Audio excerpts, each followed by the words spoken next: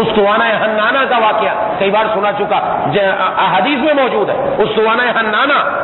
رونے والا درخت، رونے والا کھجور کا تنا، محبوب کبریا خاتم الانبیاء جناب نبی کریم صلی اللہ علیہ وسلم جب خطبہ دینے کے لیے تشریف لایا کرتے تھے تو ایک کھجور کا تنا تھا جس کے اوپر ٹیک لگایا کرتے تھے، ٹیک لگا کر اب اس پر ٹیک لگا کر خطبہ ارشاد فرمایا کرتے تھے۔ کچھ احباب آئے اور آ کر عرض کیا کہ ہم آپ کے لیے ممبر بنوا دیتے ہیں، یہ ممبر نہیں تھا پہلے، ممبر بنوا دیتے ہیں آپ کے لیے، آپ نے اجازت دے دی؟ انہوں نے ممبر بنوا دیا اور ممبر لا کر رکھ دیا گیا مسجد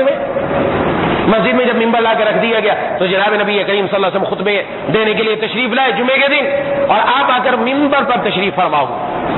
جب ممبر پر تشریف فرما ہوئے تو حضرات صحابہ کرام رضوان اللہ تعالی اجمعین کا بیان ہے کہ وہ جو کھجور کا تنا اور کھجور کا سوکھا درخت، اس کا تنا جو رکھا تھا جس پر آپ ٹیک لگایا کرتے تھے، اس میں اس طرح رونے کی آواز آئی کہ جس طرح بچہ اپنے ماں سے جدا ہوتے ہوئے روتا ہے۔ آج ہمیں سمجھ میں نہیں آتی یہ باتیں، بہت سارے لوگ اس پر اشکال کرتے ہیں، ہمیں تو سمجھ ہی نہیں آئے گی، اور آئے گی کیا؟ ہماری عقل ہی چھوٹی سی ہے، اس میں کیا کیا چیز سمجھ میں آئے، کیا کیا چیز سمجھ میں آ سکتی ہے۔ اس طرح رونے لگا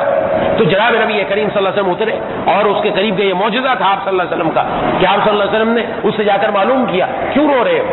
تو اس نے جواب بتایا کہ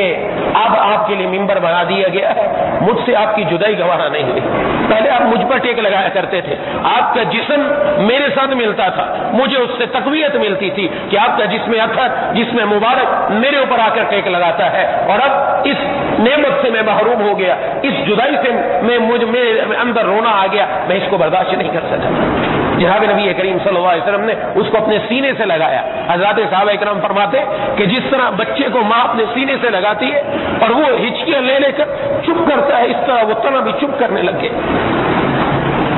اور آپ نے ارشاد فرمایا کہ تو اس کو پسند نہیں کرتا کہ تو جنت میں میرے ساتھ ہوگا، تو اس کو پسند نہیں کرتا؟ اس نے جواب دیا میں پسند کرتا ہوں کہ جنت میں آپ کا قرب، آپ کی معیت ملے گی، تو پھر وہ خاموش ہوا۔